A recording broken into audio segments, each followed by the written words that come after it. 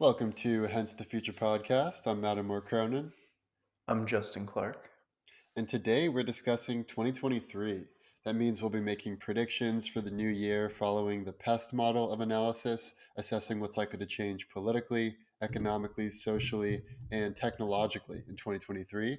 And at the end, we'll get into the worst case, best case, and most likely future scenarios for next year. Sound good? Mhm. Sounds good. Awesome. All right, well, let's start with the political predictions. And I wanted to start with the horseshoe theory. Have you ever heard of this theory before? No, I haven't. What is it? Basically, it's a way of representing the political spectrum, and usually you have it as a linear spectrum where you have the center left, the center right, and then the far right. And so Mm-hmm. it's kind of one linear spectrum. But the horseshoe theory actually purports that the far extremes are more similar than the center. And so it actually represents the spectrum as a horseshoe. So the Mm, center, center left, center right are all more similar to each other than far left and far right, which are actually much closer to each other than the center. hmm. So, my prediction politically for 2023 is that we are going to see the horseshoe theory play out, where the extremes will be shown to be more similar to one another, the far right and the far left, than the center. And I think we're going to have a return to the center. And part of why I think this is the case is because after what we saw in the midterms, it's pretty clear that the party of Trump is dead. Trump endorsed Mhm. something like 300 candidates for the midterms, and most of them did not win their election.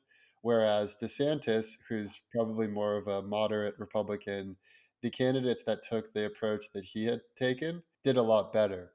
And so I think the whole political spectrum is different than what it was in, for instance, the 2020 election, Hmm. because not everyone is either going for Trump or against Trump. That's kind of a no longer makes sense. It's Yeah. more about getting back to the actual issues. So I don't think the Democrats will be able to just run on, hey, we're not Trump, like we're the anti-Trump party, which is pretty much what they did in 2020. Instead, I Mhm. think the issues will matter again. Issues like the national debt, like the war in Ukraine, like all of the spending the government is doing, like inflation and cost of living and healthcare and immigration. All of these issues will start to matter again because there's no longer just going to be this simplified either you hate Trump or you love Trump. I think that is going to be put to bed in 2023. Yeah, I like that the concept of, the far extremes sort of wrapping around to each other. And it makes a lot of sense too, because at some point, to me, it seems like the arguments become a little incoherent from both sides. And it seems like you said, there's some awareness of that happening. There, Yeah. people are starting to see that this is not a sustainable situation, and maybe we've gone a little bit hard to one side or another. I do think there's will still be like some polarization, and there are polarizing figures.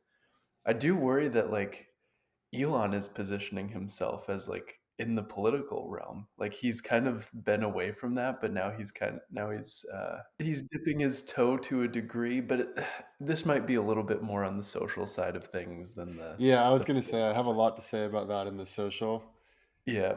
section of this. But I will say that I think one thing Elon did that's related to the political area is he allowed Trump to come back on Twitter, but Hmm. Trump hasn't taken the bait. He hasn't actually tweeted anything. He's just stayed on Truth Social. And I Mm. don't think Trump has the slightest chance of winning the election or even becoming the GOP nominee unless he Mm. is on Twitter, and it doesn't look like he will. I mean, maybe he will. Who knows? But he also came out a couple of days ago with this Trump NFT collection that was just so embarrassing. I don't know if you saw Oof. that, but it's just the shoddiest artwork. A lot of the artwork he actually stole from stock image sites and didn't even pay the licensing fee. Oh And my he gosh. announces this as like his major announcement. And so he's already lost. Anyone who's a Bitcoiner or not into NFTs, I think he's kind of alienated. And Hmm. it seems almost cowardly that he's not willing to talk on Twitter and defend his points of view.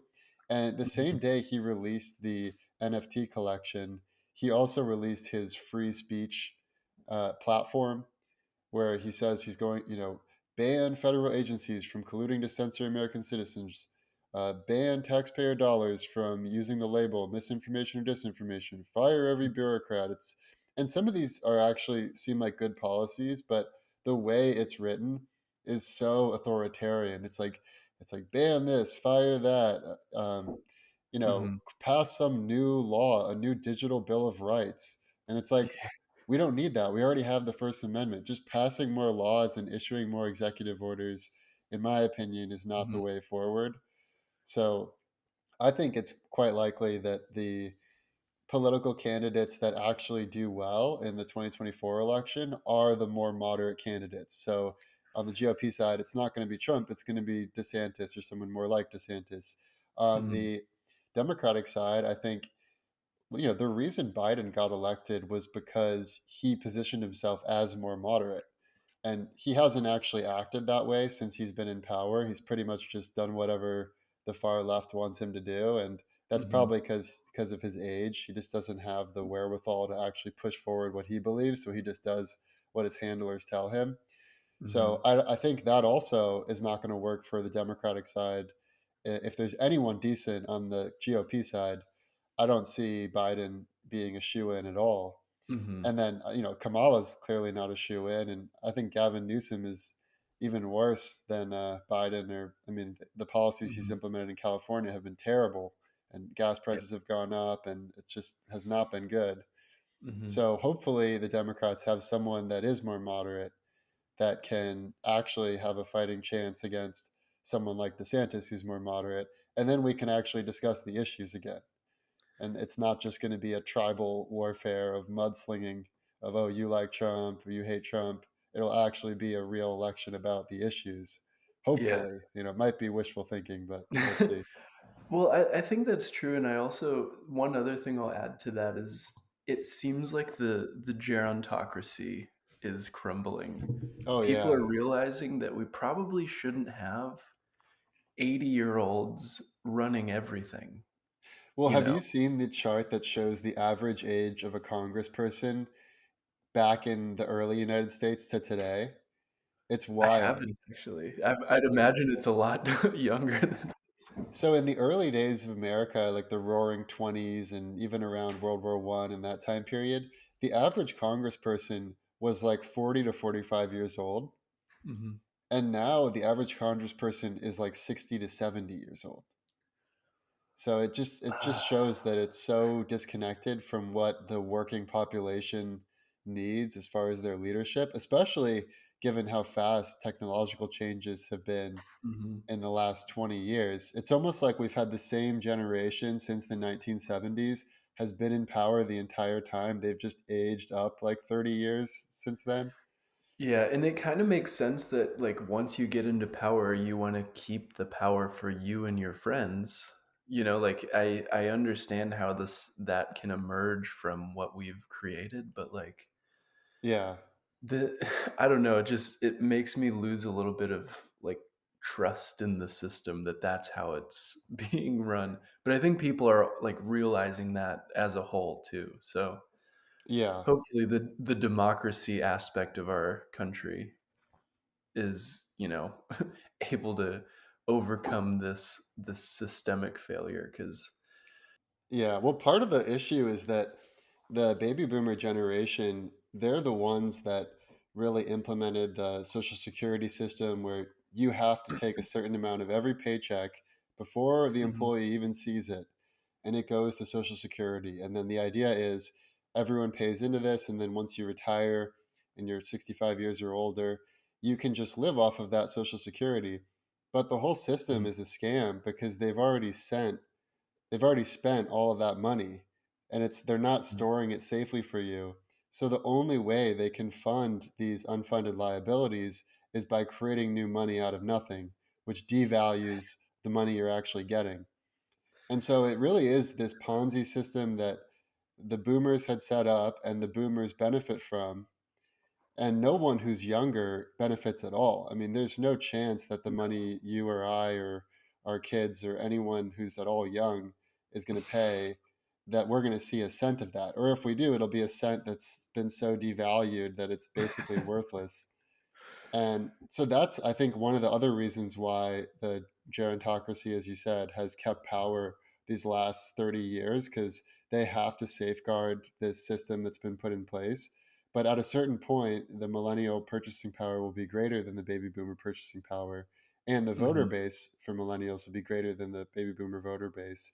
And then I mhm. think we're just going to see those systems will dissolve. New systems may replace them, but fundamentally, the era of just creating new money out of nothing to fund programs that never made mathematical sense in the first place is going Mhm. to come to an end. And it's really a matter of when, not if. Yeah.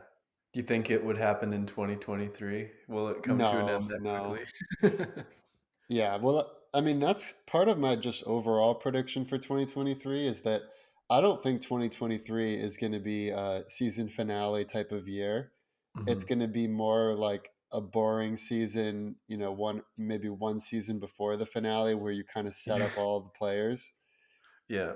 So 2024, I mean, that's gonna be the big year, right? Because Mhm. that's the year we have presidential election, we have the Bitcoin halving, and we will have Oh, tightened the economy to such an extent that we will need a Fed reversal by that point. We will need to turn the money printers on full blast.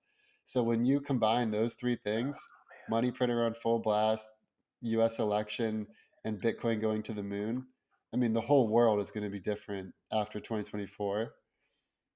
But, we're still discussing 2023. So yeah, maybe yeah, we get yeah. into now the economic predictions for 2023. Okay.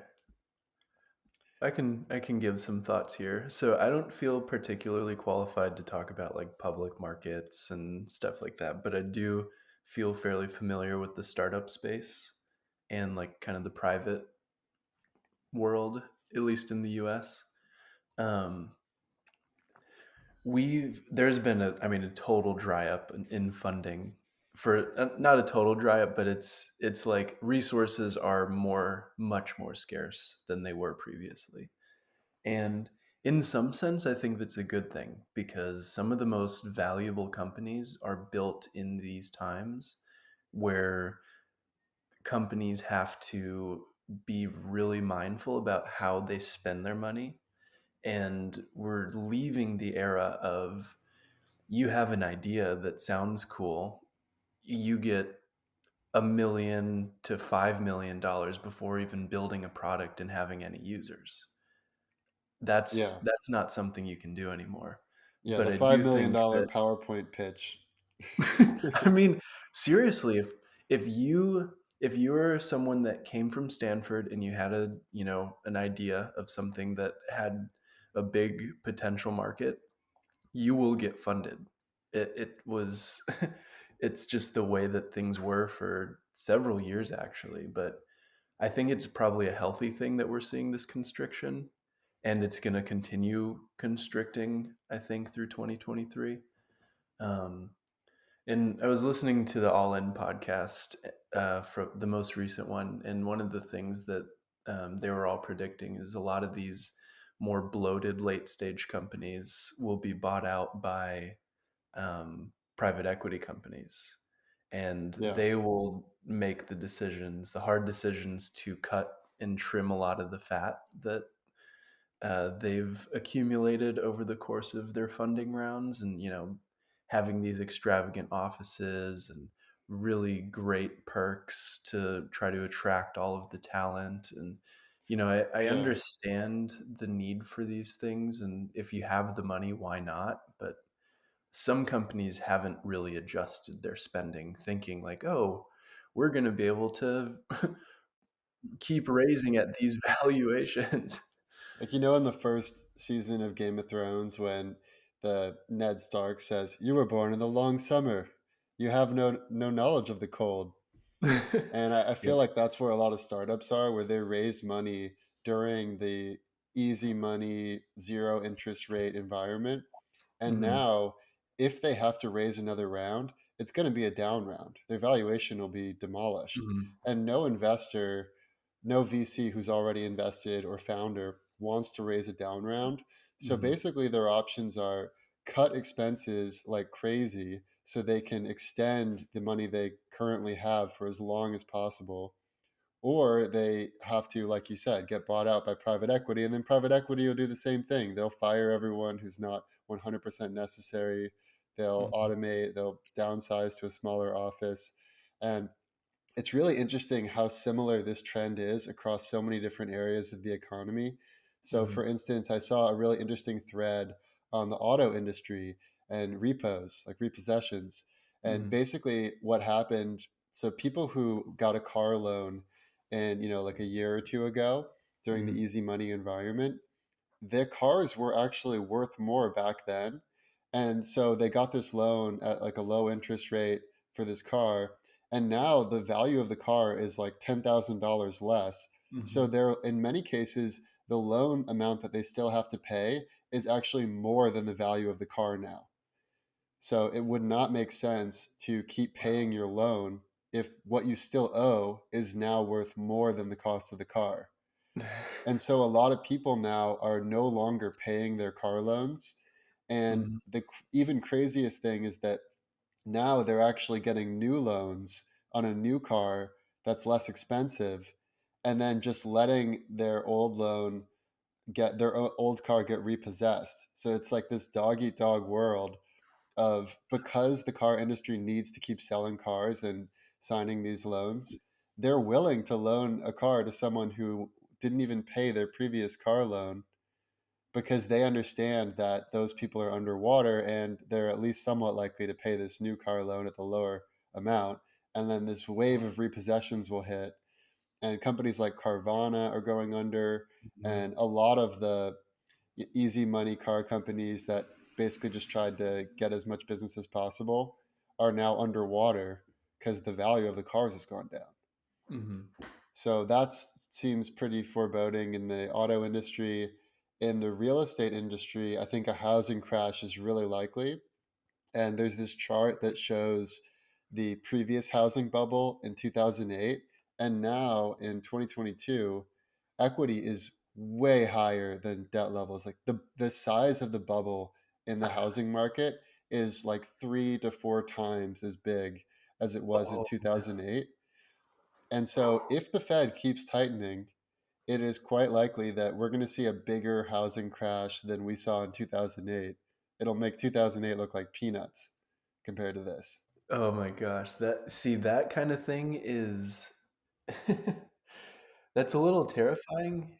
Like, I know these corrections are they need to happen for a healthy functioning market, but the fact ideally, we don't get here in the first place, but there's just the Well, that's the thing, is when you've gotten to this point, the only thing that can fix it is a correction, or a, mm, returning to the mean.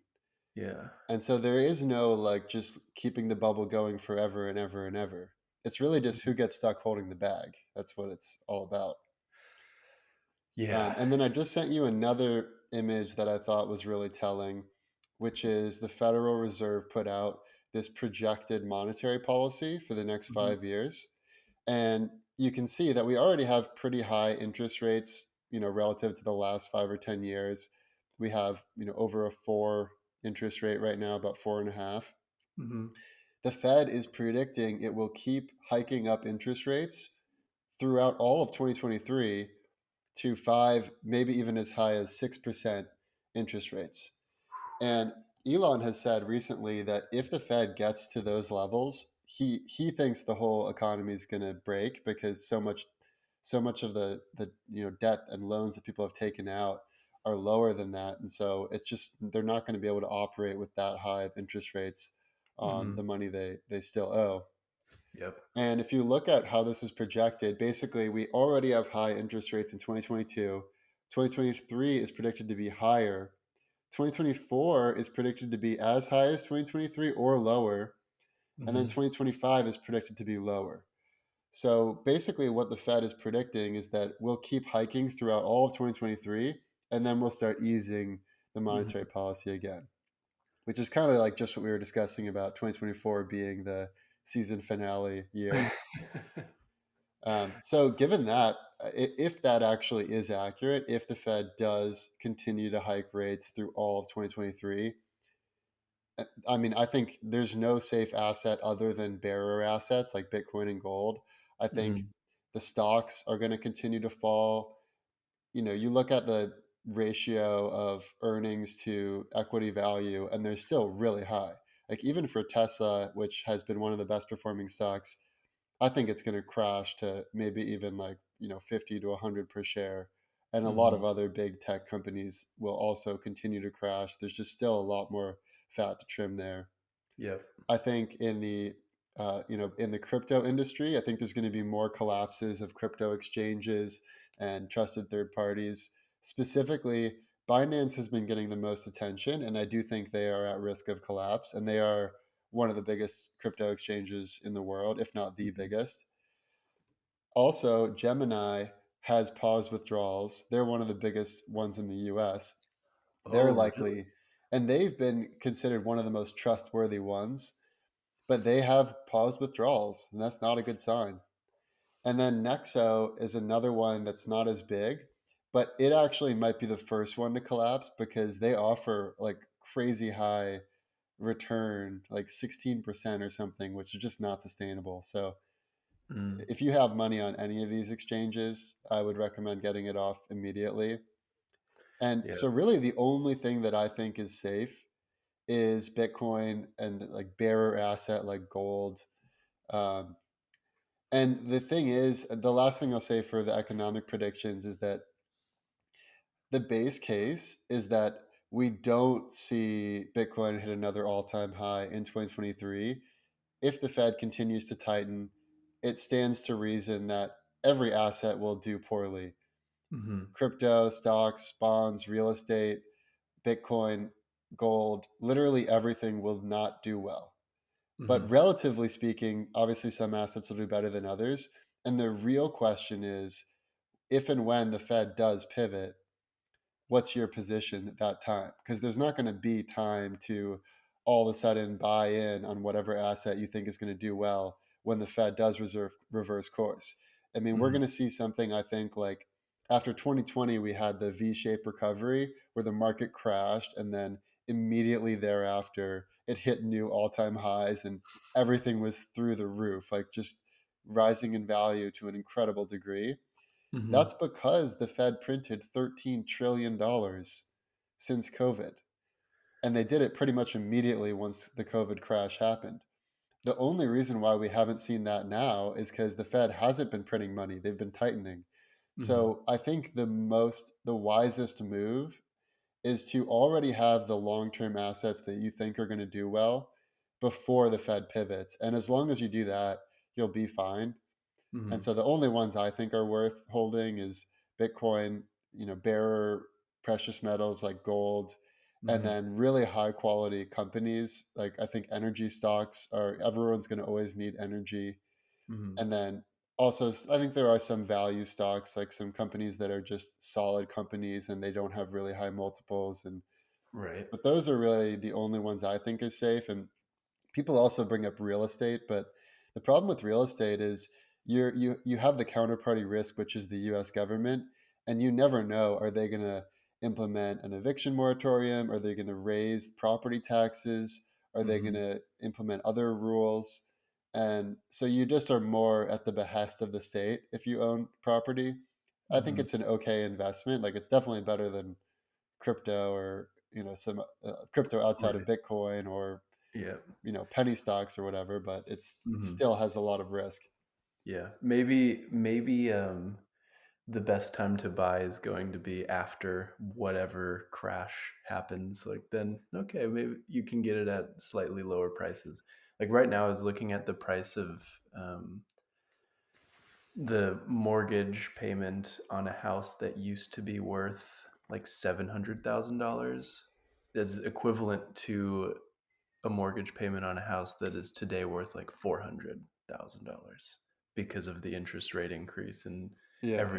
everything else, and it's Yeah. So it's I just mean, personally, I would only buy a house after Bitcoin's hit like $1 million per coin. Yeah. because before then, it's just the opportunity cost of not holding Bitcoin and holding Mhm, real estate is too great, in my opinion. mhm. Yeah.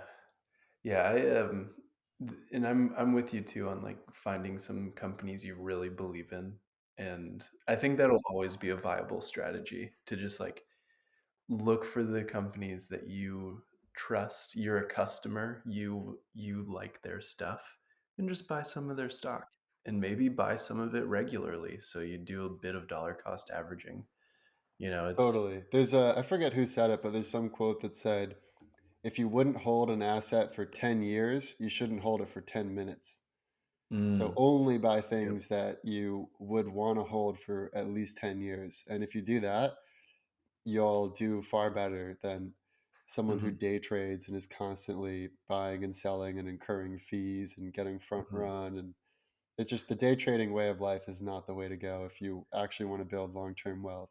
Like, look at the list of Forbes' richest people, none of mhm. them are day traders. They're all people that either started Yeah, companies or methodically invested every day over time. yep. And the thing is, like, you have to be right so often if you're a day trader. It just statistically is extremely difficult to pull that off long term. I understand that there are people that have made a lot of money, and some people can make a lot of money and then leave, exit the market and be done with it and, pull their But that's so remaining. rare. I mean, I take, know. Sam Bankman-Fried, for instance.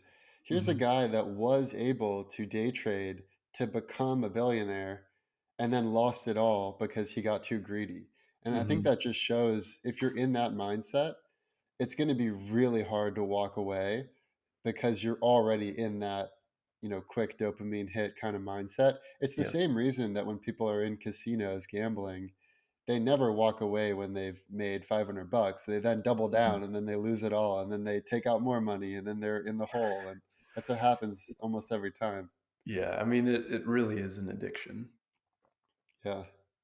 Well, let's move on to the social section now. What kind of Okay. social predictions, if any, do you have for 2023? So, I think that there's so the what I was thinking is there's probably not gonna be a ton of changes. I think there's always going to be a current thing. And that current thing, it's hard to predict because in 2023 there's going to be 20 current things throughout the year Mm. probably. Um but I do think that I don't know. I think that the US is going to be more insulated socially from the rest of the world as it usually is. Like our social unrest is not as catastrophic as some of the countries in Europe. I think are going to have some really big issues to work through, especially with the war in Ukraine. Moving along and with no end in sight. There's always things with you always hear about conflict between Palestine and Israel. It's just the U.S. is going to be insulated per usual is one of my predictions here. But also, it doesn't mean that the people in the US won't be just as outraged about various things. And I think there will be a similar amount of polarization. I don't think we're going to have a character as polarizing as Trump in the foreseeable future, probably. But I Yeah. worry a bit that Elon has gone down the path of polarization when he didn't really need to. Um, I'm trying to Yeah. understand that move from his perspective. Like if there was some strategic reason that he's like getting really involved here, or like I understand the pursuit of free speech, but I don't know. I'm kind of undecided on how that's all playing out with Twitter. The Twitter Yeah. files in general are a really interesting revelation. Um, Totally. Yeah, there's so much to discuss there. Well, yeah. first of all, I would just say that I think you're right that the social unrest will be greater outside of the US because the economic unrest will be greater outside of the US because we have the world's reserve currency. And so Mhm. any tightening that the Fed does will have a lesser effect on the US than on other countries that are further down the rungs of the Ponzi scheme and they can't create their own money out of nothing in the same way. Mhm. As far as Twitter and free speech, my major social prediction is that the pendulum will swing back towards free speech and away from censorship. Mhm. And I think you're right that there will continue to be the current thing, basically ongoing psyops or ongoing mainstream narratives that everyone's supposed to think are important. Mhm. And I think we kind of hit peak current thing with COVID. Like COVID, Mhm. everyone was freaking out.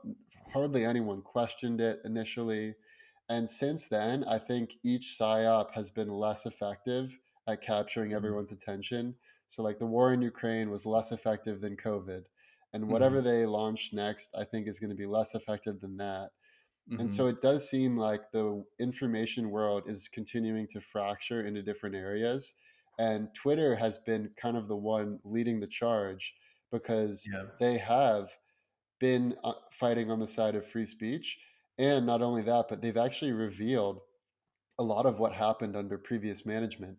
And the Twitter file that came out recently, I thought was totally mind blowing because not only do we know that the FBI and the CIA were colluding with Twitter to censor certain people, and you could say that's warranted because these are some dangerous spreaders of misinformation.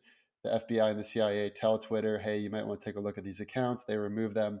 Maybe that's okay, depending on the account. But Mhm. what seemed really nefarious from my point of view is that the CIA and the FBI were actually paying Twitter millions of dollars to censor specific people and specific tweets.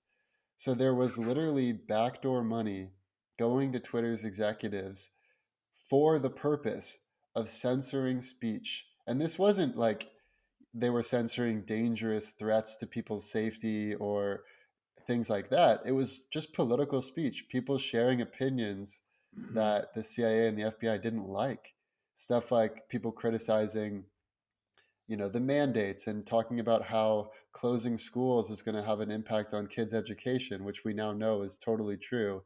And Mhm. these people were getting totally censored in Twitter's search.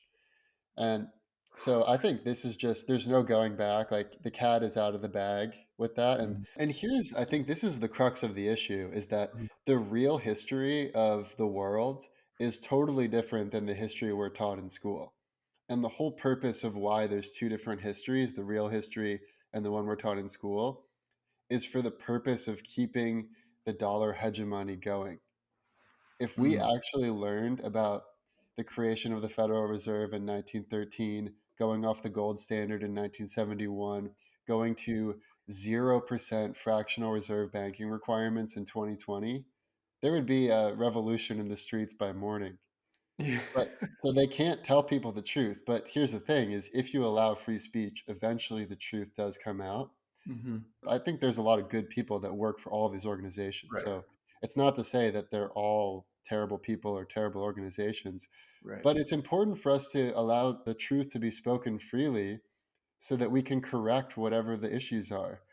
But if we have one hidden history that only some people can find out about because they're really curious and they look into it, and then the mainstream history that's just so far from what's actually true, we are creating a gaslit generation that doesn't know how to operate in the real world because their model of reality is so warped. Mhm. And really, I think it's all downstream of the money printer and the money system. If you fix the money, then I actually think most of these organizations would realign to what matters. But Mhm. because every organization is fighting for dollars and those dollars are created by a centralized money printer, and whoever has control of that basically gets to dictate what course we take through space and time, then there can be no bottom up movement towards Mhm. truth and justice. It's really just a top down warping of what is true and what is just. Yeah. And so speaking of, the monetary system and the CIA, I was trying to find the source and I was unable to find it, but I kept seeing things about CIA failing like their fifth audit. Like they've Oh, failed yeah, all five of yeah, their audits and have like 60% of their budget unaccounted for. I don't know if yeah. this has to do with like No, classified yeah, totally, and operations and stuff, that but just shows that the money they get is not accounted for. It's not the way that the Constitution delineates it, where Congress has the power of the purse, and Mhm, Congress has to vote for any new spending, and Congress people are the representatives of the people, so they're basically acting on behalf of the people. That is not how it works at all. The way mhm, it works is these agencies give favors in order to use the power of the money printer for themselves. And the public never really hears about how that money is created.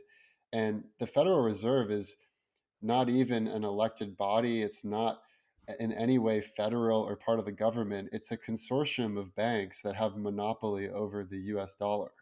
mhm, And so I think it's totally relevant that I think they also had like the Department of Defense has trillions and trillions of dollars unaccounted for. Like, oh, sorry, we don't know how we got all this money. It's just here it is. And this is the case with most federal agencies, but it's all downstream of the money printer. If you get rid of the money printer and we go back to sound money like we had under the gold standard for thousands of years, mhm, then a lot of these problems just simply go away because the only way they can get more money is by creating value. It's not by buddying up to those who have the power of the money printer. right. I wonder how long it'll take before that is, like, actually implemented. Like, we we get rid of this money printer. Like, is Bitcoin the only way out of this? Or is there a way to, like, get back on the gold standard? Or, like Yeah, so that's a great question. And I think currently Bitcoin is the only way out. Now, Mhm, it's always possible maybe some black swan event could kill Bitcoin and maybe some other cryptographic network mhm, supplants Bitcoin and becomes more powerful. There is a possibility of that. mhm. But fundamentally, a return to the gold standard would not solve it because that's what got us precisely to where we are today.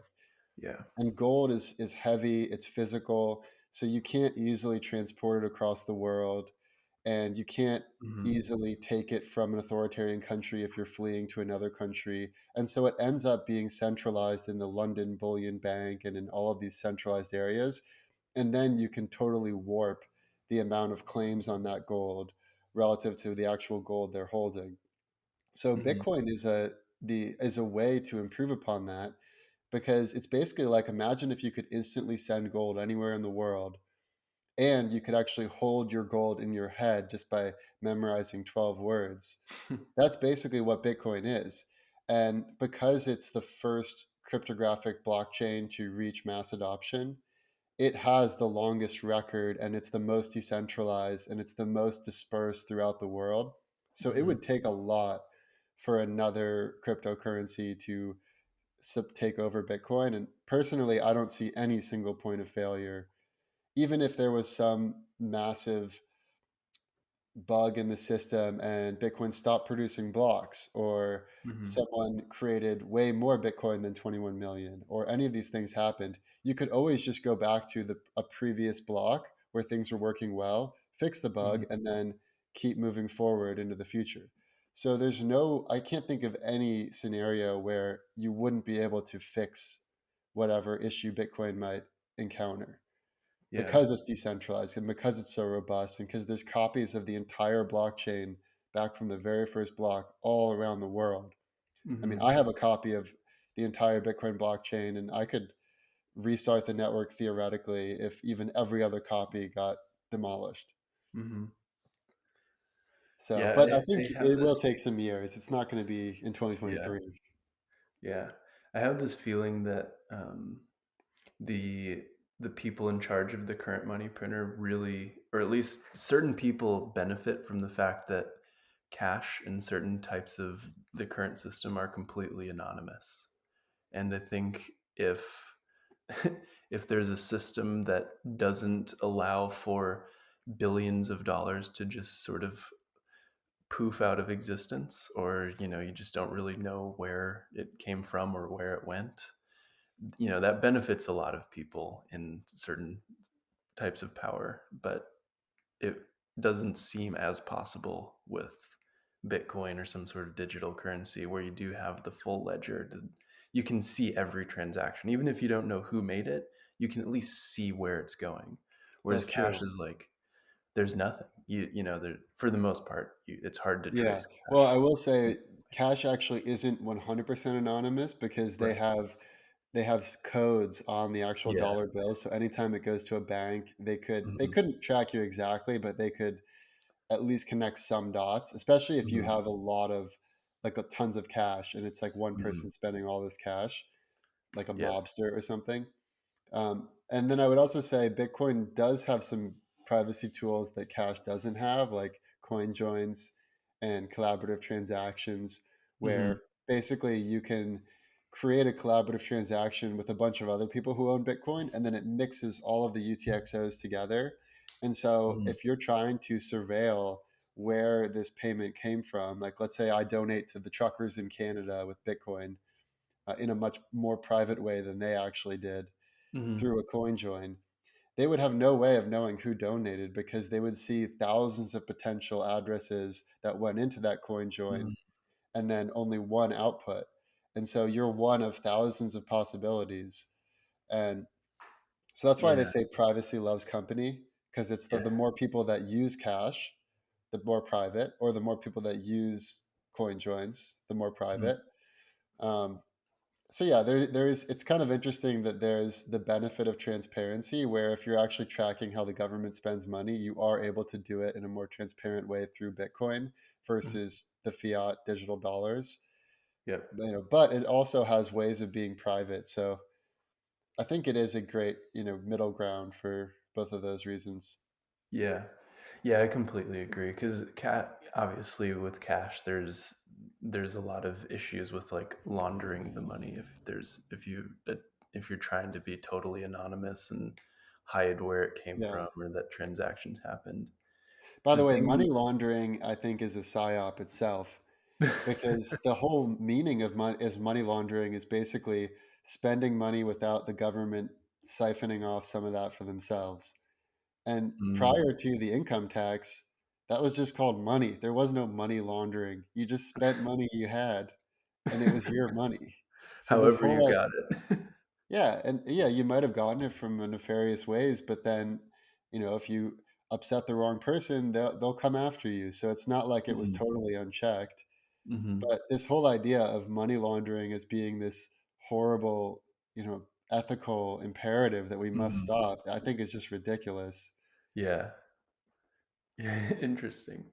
And then I guess with Bitcoin, the main one of the things you get with Bitcoin that you don't have with cash is like you can at least see the transactions.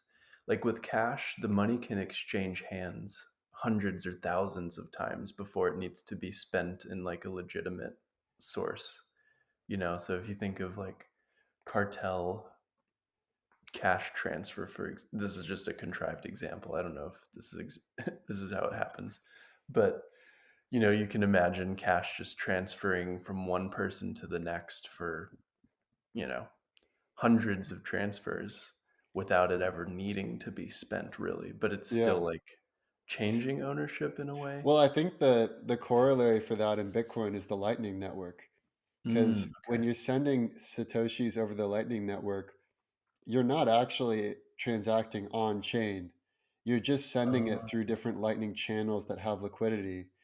And so that would kind of be the like in the future, 10 years in the future, most people will transact in the Lightning Network. They're not going to actually do on chain transactions that are visible through chain okay. analysis of the Bitcoin base layer. So it really is I mean, Satoshi called it himself a peer to peer electronic cash system. And I think Mhm. that is the best way to describe it. Very cool. Awesome. Well, yeah, let's get into the last section, technological. So I can start here. I would Mhm. say that there's definitely going to be an explosion of generative AI startups. So we talked about that before, but it seems like ChatGPT is only getting started. And Mhm. I don't know if you saw this, but they have a new embeddings feature where you can Mm. embed your own data to train the model. So we could create a model based on all past Hence the Future episodes or on all Alan Watts lectures, Mm, or we could embed other types of information. So I think we're going to see all different flavors of generalized AI bots, and then other applications like more video, animated, mhm, audio, all types of stuff. And I think also there's going to be a rebuttal from Google because it seems like Google has been, their investors are probably pissed that DeepMind was supposed to be so far ahead and now all the attention is on OpenAI's ChatGPT. mhm. So I bet Google is going to come out with some pretty cool products from their DeepMind. And so I think we'll have a little bit of a general AI arms race. Mhm. I think there's going to be more competition among search engines. It sounds like Microsoft's Bing is thinking about incorporating ChatGPT, so Hmm. Google's dominance might be challenged. I think there's going to be more open source hardware and software, like we had talked about before.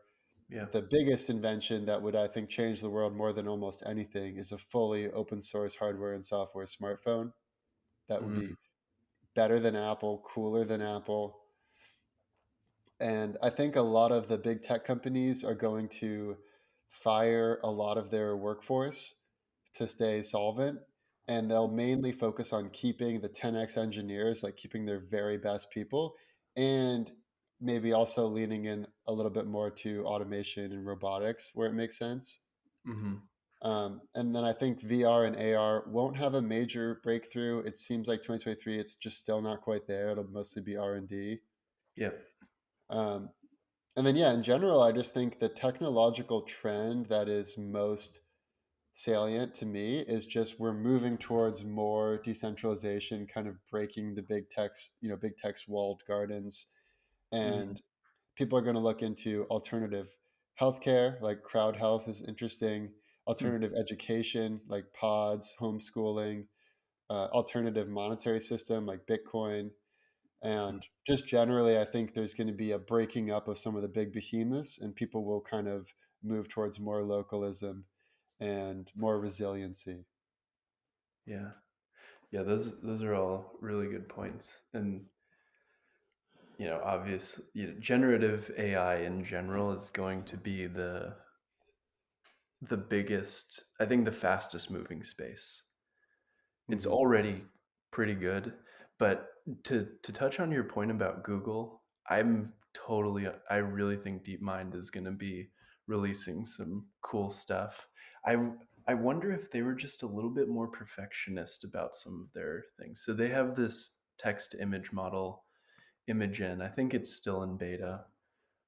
So some people can use it. I haven't used it specifically, but it seems like some of the main advantages that they've worked out or some of the kinks that they've worked out are actually really impressive. So like they can if you, let's just use Dolly or Midjourney for example. If you say make me a city like Times Square with a billboard that says this, it struggles with the language aspect and like generating that kind of thing in the image. Like you'll have letters that sort of look close Yeah, to what's I've there, noticed that too. mhm. But with Imogen, apparently some of the early examples, they seem to have figured that out to a degree. Mm.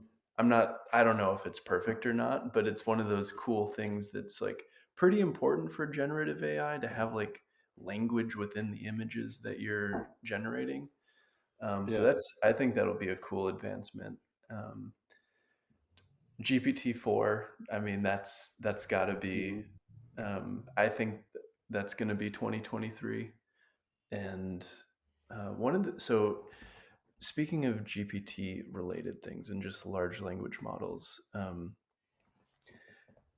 it sounds like, and this is just based on some reverse like trying to reverse engineer how GitHub Copilot works and like what kind of model is behind the scenes. Like they use Codex and some other things, but the language model is not nearly as big as GPT-3. It might be even a tenth of the size of GPT-3. And it's definitely possible that if like Microsoft or GitHub releases a new much larger version of GitHub Copilot specifically for code generation, um, we could see a huge improvement in these code completion tools because like Copilot is really good, but you still have to be really careful about using it in the wrong ways, and it can introduce like systemic bugs that you that are unexpected because you uh, it doesn't have any context of the system. So you just you can't really trust it to build entire, you know, applications. It's just like And I wonder if you could use embeddings to help with that, where maybe you embed the entire codex of your website or app for mhm, context, and then you can say, "Hey, I'm trying to build this extra feature into this." So mhm. I could see it getting a lot better by being more customized to whatever you're actually doing. Yep. Yeah, and it's gonna be easier for some companies than others. So like for some companies in the way that development has moved, the like the entire system, including the definition of the infrastructure that you're using, everything is defined in code.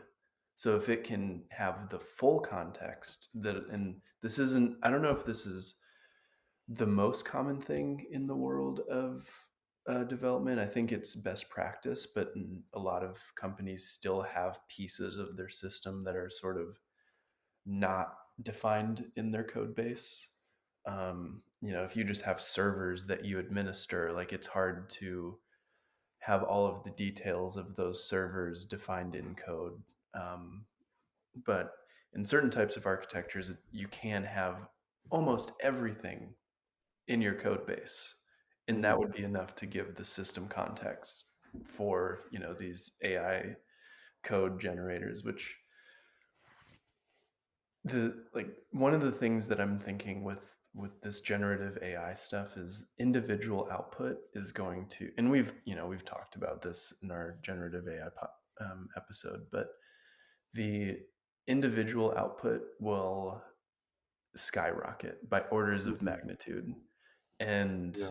I think that productivity in general, as with most big technological advancements, I mean, it will increase, and it's just a matter of, do people take the time to learn these new tools, and what kind of tools that we haven't even thought of can be built on top of, you know, GPT-3 or some of the image generators.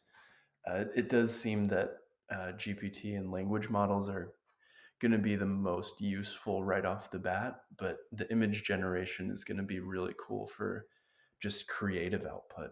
And especially once people can start creating their own movies, you know, like you might Yeah. create a movie specifically for yourself and maybe your friends that nobody else will ever see, and that's okay because it Yeah, like how many years and how many millions of dollars did James Cameron spend on the latest Avatar?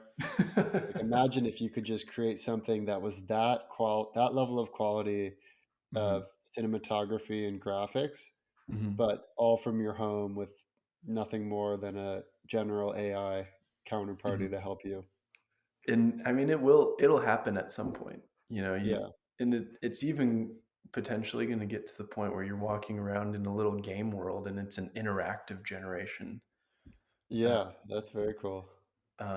okay, but anyways, I can move away from generative AI. It's the thing I'm thinking about the Oh, most. yeah. I think that is probably the single biggest new trend for Yeah. 2023.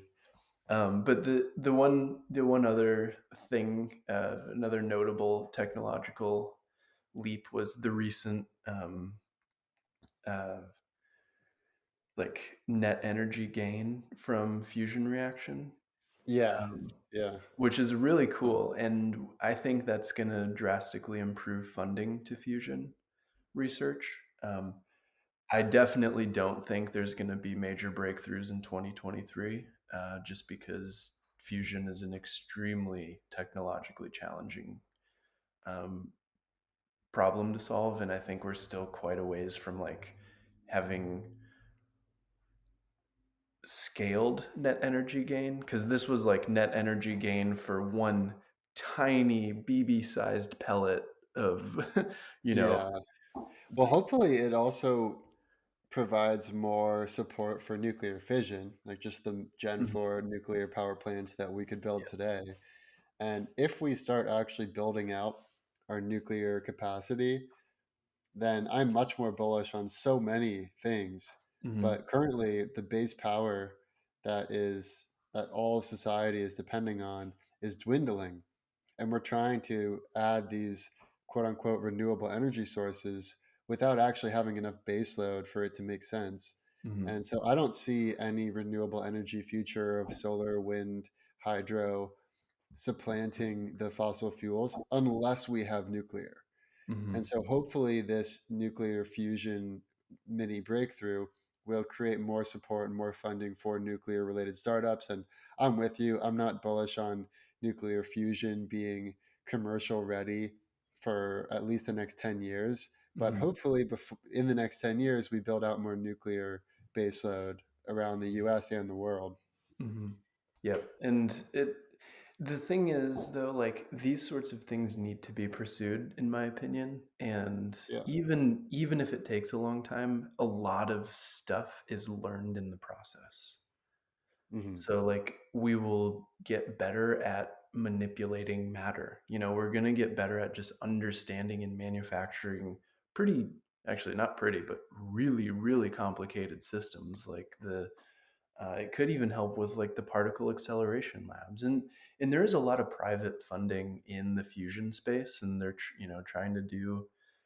They have a bunch of different kinds of fusion reactors that are in the works. There are several that are claiming to be production ready by 2024, 2025, which would be awesome. But those claims are always a little optimistic. Yeah, I'm all for the moonshot projects like fusion, Oh. but I personally don't think the government should fund it. I don't Mhm. think I think we should leave it to private entities. Yeah. The scale and timeline of the big government projects are absurd to me. Like, it's hard to wrap my head around 25-year projects and most of the time, these things don't really pan out in the same way that a private company Yeah, could well, be. plus it's like the whole term moonshot project comes from us actually NASA taking us to land on the moon. Mhm. And that may have been great back in the 1960s and 70s, but NASA has not been able to do anything close to that since. And it took a private company, SpaceX, to actually innovate in aerospace engineering. And so I don't think the US government is in any position to create profitable innovation in the way they used to at all. So Mhm. I think any money that gets stolen from taxpayers and dollar holders through inflation to fund these moonshot projects, maybe the stated reason is to have a breakthrough with fusion, but the real Mhm. reason is it creates this massive gravy train of all the bureaucrats and people that rely on that money, and they Yep. just want to keep their funding, so they do the minimum innovation they need to keep getting their funding. Mhm. And if that is not a competitive way to innovate, I would be much happier if we let people keep more of what they earn. And then there's more wealthy private investors that can do things that they're passionate about and that they're Mhm. technically competent at. Yep. And so, yeah, I'm very much for the moonshot projects, but anti government taxpayer funding of those projects anymore, unless, at least until they can prove themselves to actually do one thing competently, which I haven't seen. Oh, yeah. I know. It's just one of those things where having, like, a lack of constraints, particularly in the monetary space and timeline space, it just leads to grift, and it leads Hmm. to really, really bloated projects with too Yeah, many people, too many it's just too much, and I think the too much is actually the problem. So, totally. yeah. Well, maybe now we get into the future scenarios. Cool, let's do it. All right, let's start with the worst case scenario. Worst case scenario. So I'll just say quickly what my worst case is for political, economic, social, technological. On the political side, the worst case is that we swing to authoritarianism. Mhm, And like we mentioned in the horseshoe theory, it could be either flavor of authoritarianism, fascism on the right, communism on the left. But what's more likely to be a threat right now or in the next year, 2023, I think is the left version of that. It's basically climate communism, where you're imposing very strict restrictions on people's freedom, what they can buy, what they can spend on, what they're allowed to do, using climate change as the excuse. And mhm, that I think is probably the biggest way that authoritarianism could creep into not only American political system but all across the world mhm, is through using climate change as the foil. And that's I think is the biggest threat politically. mhm, On the economic side, the worst case is that the Fed tightens way too much and then loosens way too much, or mhm, just keeps tightening forever, but that doesn't seem at all likely. So I think what tends to happen is the Fed just goes too extreme in either direction. So I think we'll probably keep tightening throughout 2023, even after things break. And mhm, if that reaches a certain level of people unable to buy the things they need because they're so deep in debt and inflation still is bad, even though we've tried to, we've tried to fix inflation by increasing the cost of capital, we could see things like lootings, riots in the streets, people not having enough to eat, not being able to afford a home. And so then there could be some serious unrest. And like you mentioned, I think it is probably going to be worse outside of the US because they're more downstream of the money printer. mhm, But that I think is that's the biggest risk economically is just we have a quote unquote greater recession that is implemented from the housing market bursting, stocks bursting, everything mhm, bursting while inflation is still high. So people have no assets, but they have expenses as high as ever. mhm, On the social side, I think the biggest risk is in the worst case scenario is that Elon does step down from Twitter and put someone in that's much more authoritarian or not free speech minded, or maybe they pretend to be free speech minded, but really they just end up being just as bad as the censors previously.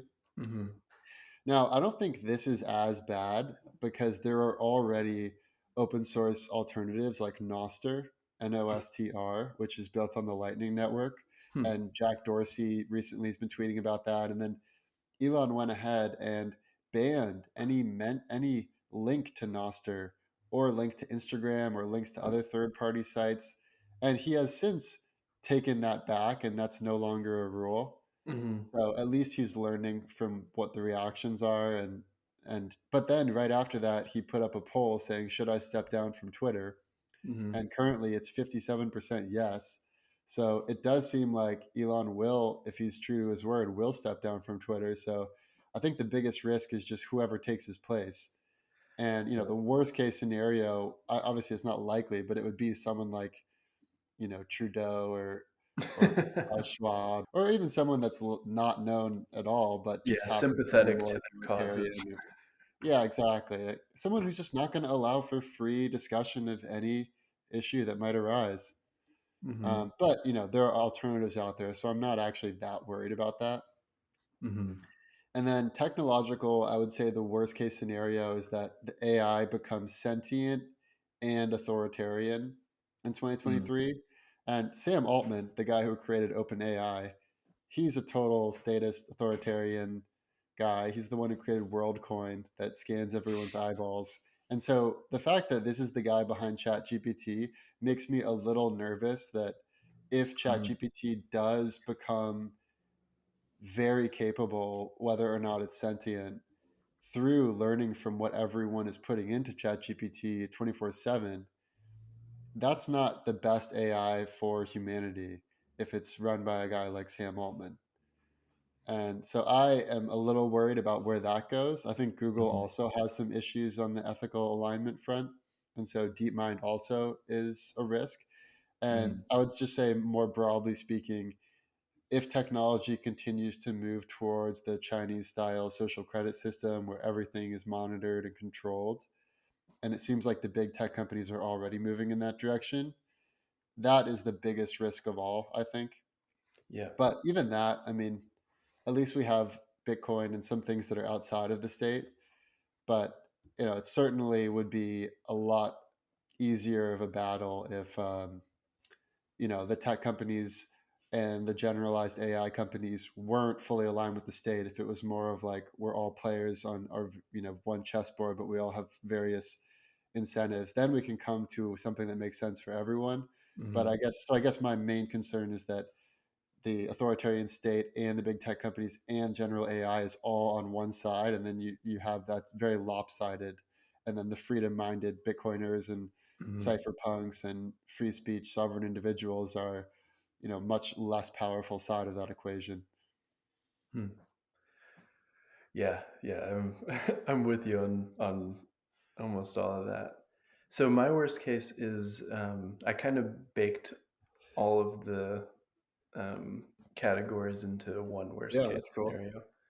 Um, so I think so. My worst case is when we think about the advancement of AI and the individual output, and also the fact that there's a lot of trimming of fat in the world of companies, and I think this is going to be something throughout, you know, throughout the entire world, not just U.S. markets. There's going to be this. I think 2023 is a building and like a chess piece, or it's like a path, a step on the path that could be a long-term worst case scenario. So the step on the 2023 step towards the worst case would be a ton of trimming of fat, a very high increase in productivity, and what this would lead to is less rehiring of the people that were trimmed in 2023.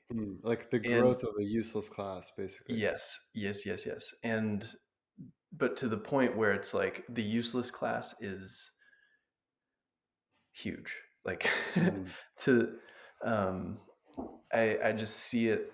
I could see the situation play out where there's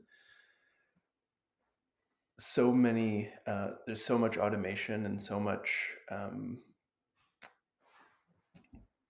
just just so much advancement in the AI space that no one gets hired back, and there's not enough abundance to account for those people yet. Hmm. And down the road, that just leads to insane resource concentration and to the point like inequality like we haven't seen, at least in the US. Yeah. We've seen this kind of inequality in some developing countries, but if this becomes widespread and worldwide, then that's like social unrest and on a scale we've never seen before. And that leads to wars, and you know re- wars is the big thing, because Yeah. if people don't have the resources they need to survive, then that's yeah.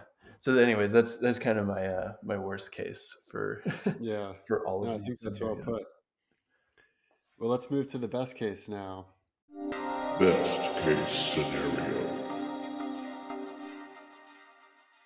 So kind of similar thing um, for me is there just the other side of the same coin is we've got enough abundance and enough individual output where people can contribute meaningfully without having to spend years to develop skills on certain kinds of things. So, in the best case, anybody can just collaborate with AI to do whatever it is that they want to do.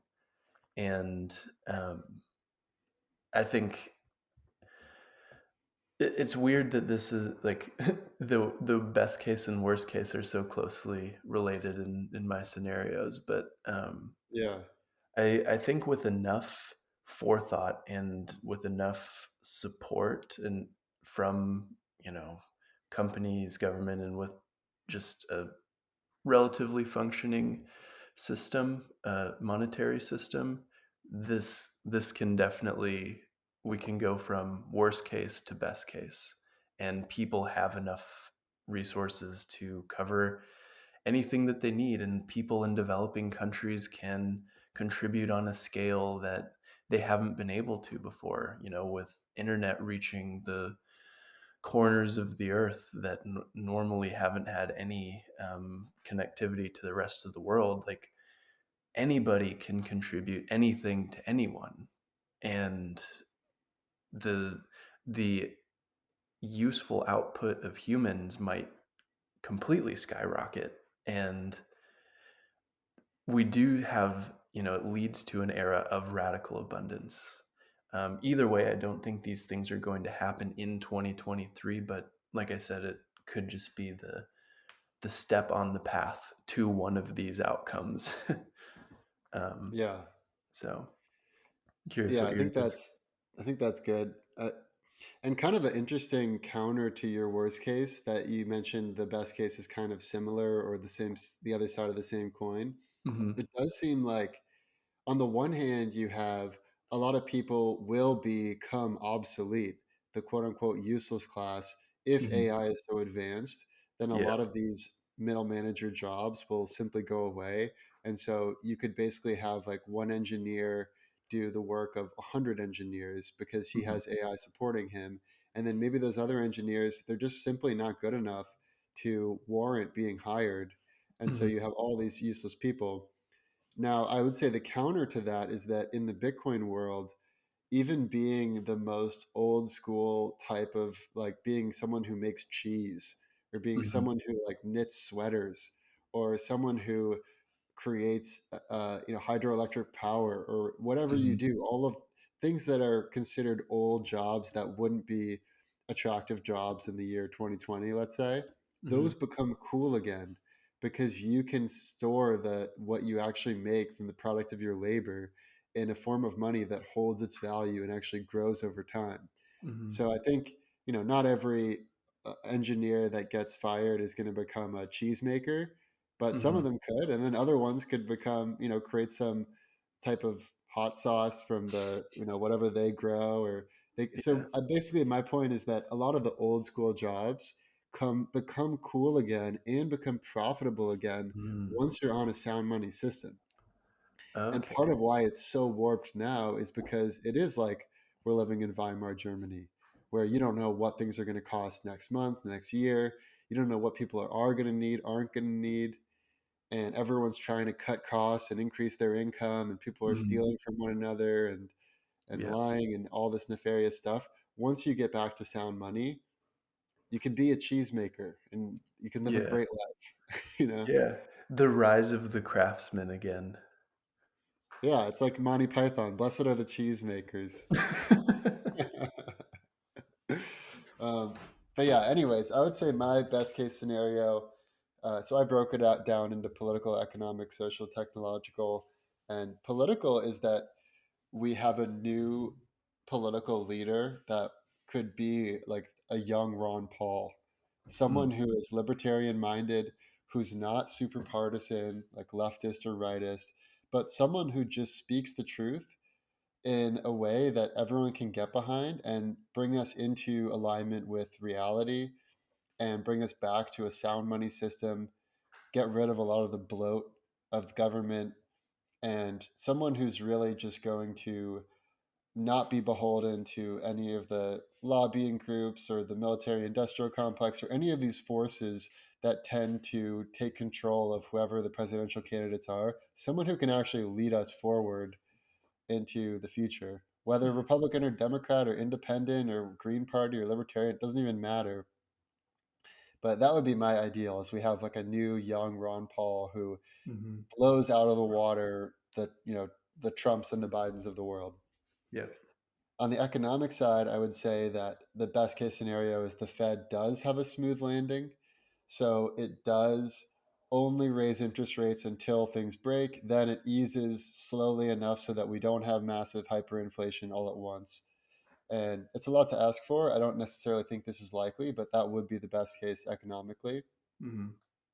On the social side, I mean, the best case would be, someone like I mentioned, Edward Snowden or Julian Assange is in charge of Twitter, but realistically, it's probably not likely, given that those are both, not exactly like they're still being hunted down by the state, basically. um, but we could have someone who is free speech minded, and maybe they're not a known person.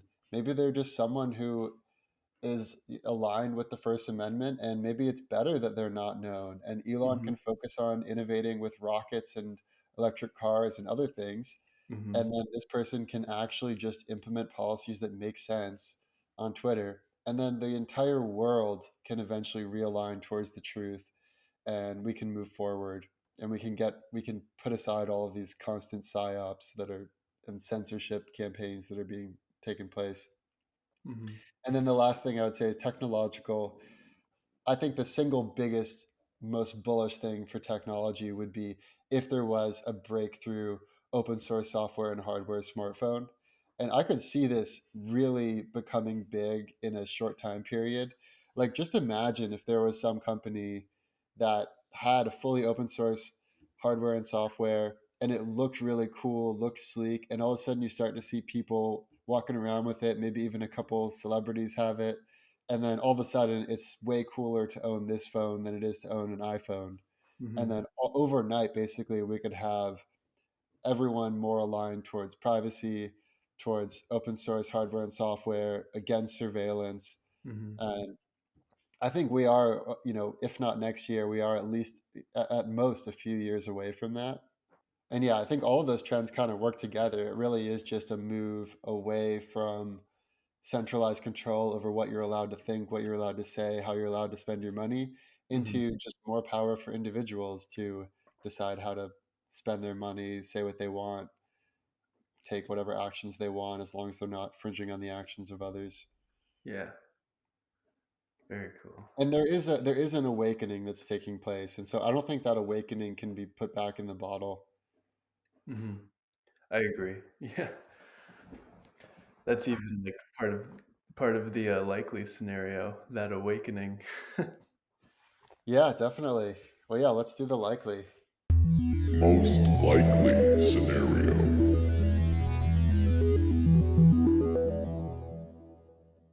In the likely scenario for 2023, the current thing isn't going to have as much weight as it has had. And I also think that with the technological advancements, we are going to see a huge increase in productivity. And it's easy enough for the average person to get up to speed that an average engineer can be a good engineer in the right, in the right organization.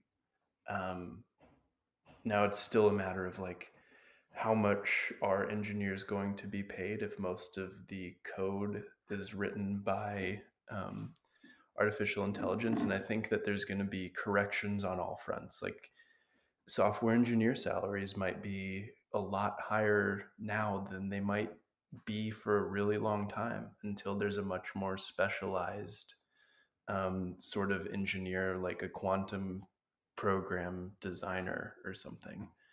Um, so there will be corrections economically. There will be corrections socially. I think 2023 is just a year of corrections, honestly.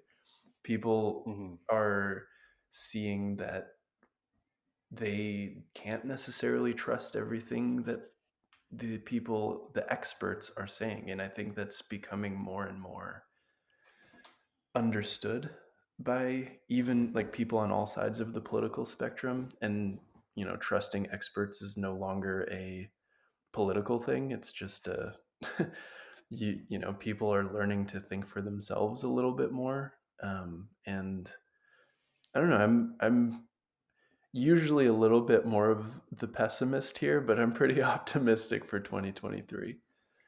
Um, Yeah.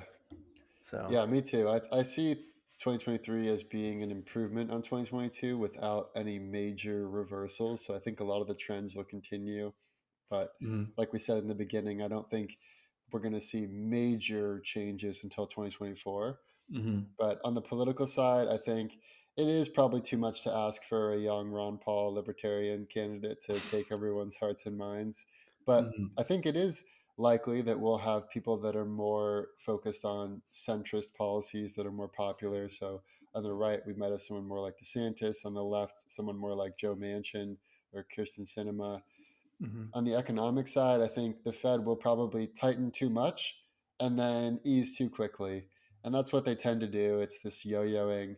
And mhm, I think that's going to be hard. I think there will be some crashes in the housing market, stocks, things like that.